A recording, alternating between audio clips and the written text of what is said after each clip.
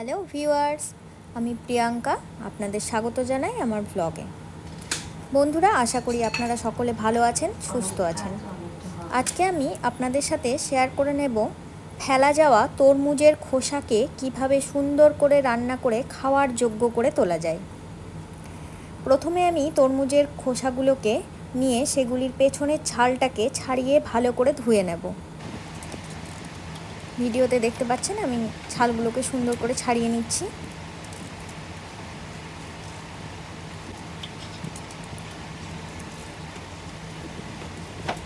সব ছালগুলো ছাড়ানো হয়ে গেলে এবার ভালো করে ধুয়ে নেব।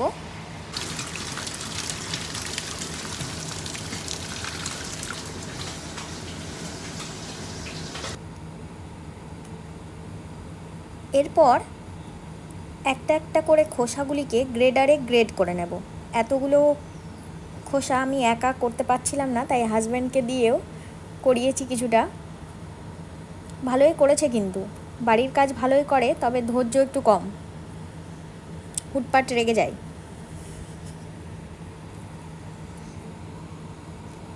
এবার পুরোটা হয়ে গেছে গ্রেড করা, একটা পাত্রে রেখেছি। এবার একটা কড়াইকে উনুনে বসিয়ে গরম করে নেব, তাতে পরিমাণ মতো তেল দেব। তেলটা গরম হয়ে এলে তাতে শুকনো লঙ্কা, তেজপাতা, কালো জিরে ও 5 ফোড়ন পরিমাণ মতো দিয়ে দিলাম। এগুলো একটু ভাজা ভাজা করে নিয়ে তাতে মুগ ডাল দিয়ে দিলাম। সবগুলোকে একসঙ্গে ভালো করে ভেজে নেব। একটু লাল লাল ভাব এলে তাতে গ্রেট করে রাখা তরমুজের খোসাগুলো কড়াইতে দিয়ে দেব। জল সমেত দিয়ে দেব, কারণ এটা এই জলেই সেদ্ধ হয়ে যাবে। এতে পরিমাণ মতো লবণ ও পরিমাণ মতো হলুদ দিয়ে দিলাম। আমি এখানে 2 চামচ লবণ দিয়েছি ও 1 চামচ হলুদ দিয়েছি। আপনারা চাইলে আরও এটা বাড়িয়ে কমিয়ে নিতে পারেন।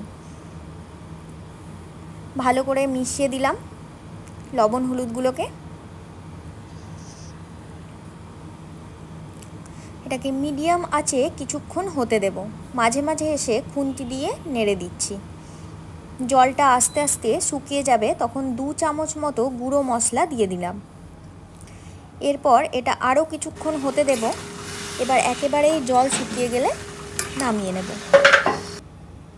এবার এটি পরিবেশনের জন্য প্রায় রেডি হয়ে এসেছে। আজকের ভিডিওটি এখানেই শেষ করছি। ভিডিওটি কেমন হয়েছে তা অবশ্যই জানাবেন। ভালো লাগলে লাইক, কমেন্ট, শেয়ার করতে ভুলবেন না। ভালো থাকবেন, সুস্থ থাকবেন।